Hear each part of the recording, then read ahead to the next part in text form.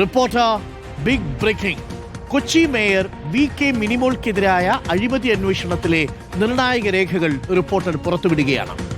2021 അന്ന് കൗൺസിലറായ സമയത്ത് VK മിനിമോൾ നടത്തിയ ഇടപാടിന്റെ വിവരങ്ങളാണ് ഇപ്പോൾ പുറത്തു വന്നത്. റോഡ് പണിക്കായി സ്വന്തം അക്കൗണ്ടിൽ വാങ്ങിയ 3 ലക്ഷം രൂപ ഉപയോഗിച്ചില്ല, പണി ചെയ്തത് കോർപ്പറേഷന്റെ ചെലവിലെന്നും വിജിലൻസ് കണ്ടെത്തി. ഇതിനായി ഫ്ളാറ്റ് കമ്പനിക്ക് എഴുതിയ കത്ത് റിപ്പോർട്ടറിന് ലഭിച്ചു. പരാതി വന്നതോടെ 3 ലക്ഷം രൂപ VK മിനിമോൾ തിരികെ നൽകിയെങ്കിലും അഴിമതി പണം തിരിച്ചു നൽകിയാൽ കേസ് തീരില്ല എന്നായിരുന്നു വിജിലൻസ് കോടതിയുടെ നിലപാട്. അനിൽ ഇമാനുവലുണ്ട് കൂടുതൽ വിവരങ്ങളുമായി. അനിൽ ഇമാനുവൽ, നമ്മുടെ സ്പെഷ്യൽ കറസ്പോണ്ടന്റ്. അനിൽ, നമ്മൾ പുറത്തുവിടുന്ന രേഖകൾ വിജിലൻസ് നേരത്തെ കണ്ടെത്തിയ ചില രേഖകളാണ്. അതിൽ വിജിലൻസ് കോടതിയുടെ പരാമർശമായിരുന്നു ഏറ്റവും പ്രധാനപ്പെട്ടത്. മോഷണ വസ്തു തിരിച്ചു കൊടുത്താൽ മോഷണമല്ലാതായി മാറുന്നില്ല എന്നാണ് വിജിലൻസ് കോടതി പറഞ്ഞത്. എത്രമേൽ ഗൗരവമേറിയ കണ്ടെത്തലുകളാണ് ഈ രേഖയിലുള്ളത് അനിൽ?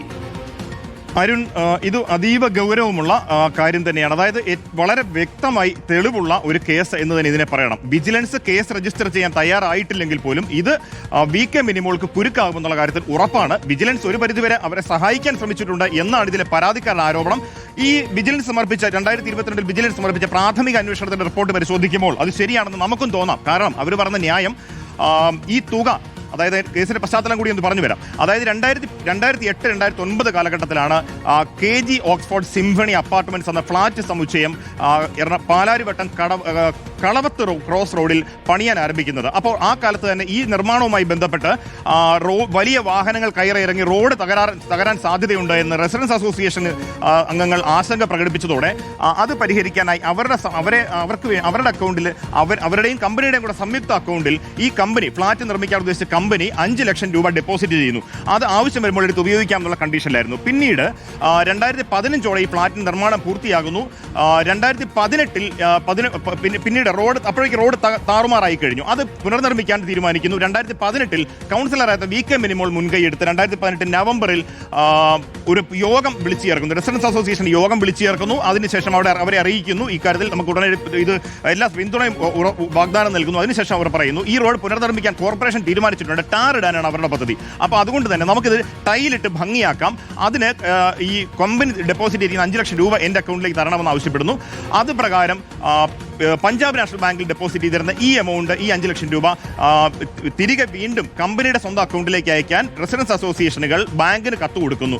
അത് പ്രകാരം ബാങ്കിന്റെ അക്കൗണ്ടിലേക്ക് തുക എത്തുന്നു. ആ തുകയിൽ നിന്ന് 3 ലക്ഷം രൂപ 2019 നവംബറിൽ VK മിനിമോളിന്റെ അക്കൗണ്ടിലേക്ക് ബാങ്ക് നൽകുന്നു. ഈ തുക നൽകാൻ ആവശ്യപ്പെട്ടുകൊണ്ട് മിനിമോൾ ബാങ്കിന് നൽകിയ കത്താണ് നമ്മൾ പുറത്തുവിടുന്ന ഒരു പ്രധാന രേഖ.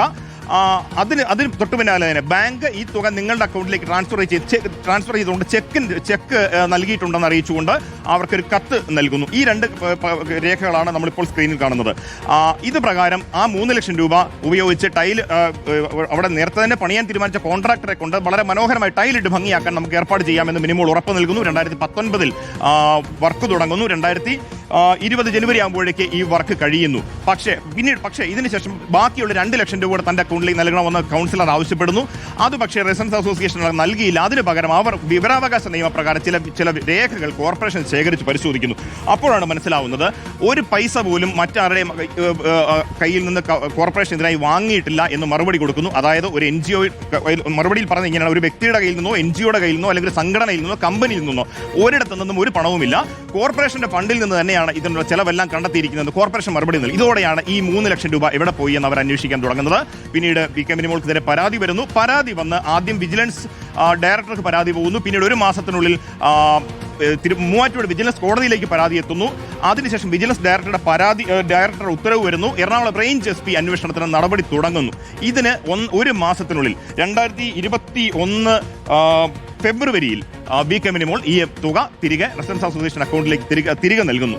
ഇതാണ് ഇവിടെ സംഭവിച്ചിരിക്കുന്നത്. ഇതാണ് വിജിലൻസ് പറയുന്നത്. തുക തിരികെ നൽകിയിട്ടുണ്ട്. അതുകൊണ്ട് തന്നെ വിജിലൻസ് അന്വേഷണത്തിന് സ്കോപ്പില്ല, സാധ്യതയില്ല എന്ന് പറഞ്ഞാണ് വിജിലൻസ് അന്വേഷണ റിപ്പോർട്ട് കോടതിയിൽ കൊടുക്കുന്നത്. ഇതാണ് കോടതി തള്ളിക്കൊണ്ട് ഇക്കഴിഞ്ഞ മാർച്ച് 13 മൂവാറ്റുപുഴ വിജിലൻസ് കോടതി പറയുന്നു. കോടതിയുടെ ആ പരാമർശം വളരെ ശ്രദ്ധേയമാണ്. നേരത്തെ വരുൺ പറഞ്ഞതുപോലെ the subsequent repayment of the amount after filing the present complaint would not wipe off the criminal liability. ആ ക്രിമിനൽ ലയബിലിറ്റി ഈ തുക തിരികെ നൽകിയതുകൊണ്ട് ഇല്ലാതാകുന്നില്ല എന്ന് വളരെ കൃത്യമായ നിയമപരമായ ഒരു നിലപാട് തന്നെയാണ് കോടതിയിൽ സ്വീകരിച്ചുകൊണ്ടാണ് ഇതിൽ മുന്നോട്ട് നീങ്ങാൻ പരാതിക്കാരൻ നിർദ്ദേശം നൽകുന്നത്. അതിന് ഇനി ആവശ്യമുള്ളത് സർക്കാരിന്റെ സാങ്ഷനാണ്, പ്രോസിക്യൂഷൻ സാങ്ഷനാണ് ആവശ്യമുള്ളത്. അത് 3 മാസത്തിനുള്ളിൽ സർക്കാർ നൽകണം.